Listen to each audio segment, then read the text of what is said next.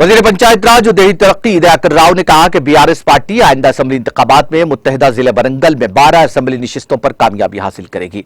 रियासती वजीर दयाकर राव ने शहर बरंगल के आजम जाही मिल्स ग्राउंड में वाक़ टेक्सटाइल पार्क में रुकन assembly east Warangal N Narendra की क़यादत में वज़ीर आला केसीआर की सालगिरह के ज़िमन में मुनक्किदा 4 रोज़ा प्रोग्राम का इफ्तिताह किया। रियासती वजीर दयाकर राव ने पेश क़यासी की कि आइंदा तेलंगाना इंतखाबात में बीआरएस की फ़क़ीदुल मिसाल कामयाबी यकीनी है और वज़ीर IT और बल्दिया नज़्म के तारक राव रियासत के वजीर आला होंगे, जबकि वजीर आला के चंद्रशेखर राव का मुल्क का वजीर आजम बनना यकीनी है और बहसियत रुकन असेंबली एन नरेंद्र की भारी अक्सरियत से कामयाबी भी यकीनी है। उन्होंने कहा कि तेलंगाना के वजीर आला केसीआर ने रियासत में जो तरक्याती और फलाही स्कीमात को मुतारुफ करवाया है उसकी मुल्क भर में नजीर नहीं मिलती। उन्होंने कहा कि रियासत के वजीर आला केसीआर की सालगिरह हर घर में मनाई जानी चाहिए।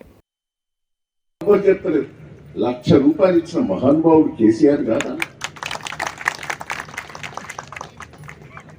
ఇవాళ ఒక బిడ్డ డెలివరీకి ఇచ్చాడు, 12 మనవాళ్ళు తీసుకొస్తే అత్త మావ సంబరపడితే కేసీఆర్ కిట్లు ఇస్తున్నారు. ఇవన్నీ కూడా వాస్తవాలు. నేను ఒక్కటే మిమ్మల్ని అందరినీ రివ్యూ చేసుకోవాలి. మూర్ఖులు మాట్లాడినంత మాత్రాన నేను వరంగల్ కూడా అనుకున్నాను. ఎన్ని కార్పొరేటర్లు మీ దగ్గర 24 ఉండే. కాంగ్రెస్ పార్టీ లేచి ఆగి బీజేపీ వాళ్ళు లేచి పడ్డారు. అన్ని మేము గెలుస్తాను. ఎన్ని గెలిచింది వాళ్ళు? బీజేపీ వాళ్ళు ఎన్ని గెలిచింది? 2 కాంగ్రెస్ 0. రేవంత్ రెడ్డి కూడా వచ్చింది కదా ప్రచారానికి. వాడు ఎక్కడ అడుగు పెడతాడు నాశే.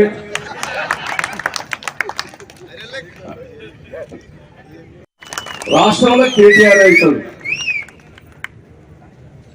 ఇద్దరిని కాపాడు. కేటీఆర్ గారు మన అసెంబ్లీలో మాట్లాడిన స్పీచ్ చూశారు, దద్దరు ఇగిపోయింది. ఏ మేధావి మాట్లాడంత మాట్లాడారు. అందరు మెచ్చుకున్నారు కేటీఆర్ గారి నాయకత్వాన్ని. ప్రతి ఒక్కరు కోరుకుంటారు.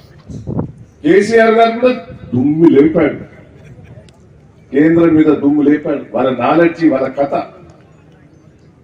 ఆ సబ్జెక్టు చూసిన తర్వాత అందరు కూడా ఇక బీజేపీ రాదురా, కాంగ్రెస్ బీఆర్ఎస్ వస్తుంది అనే పరిస్థితికి వచ్చి అటు ఇటు మాట్లాడుతుంది.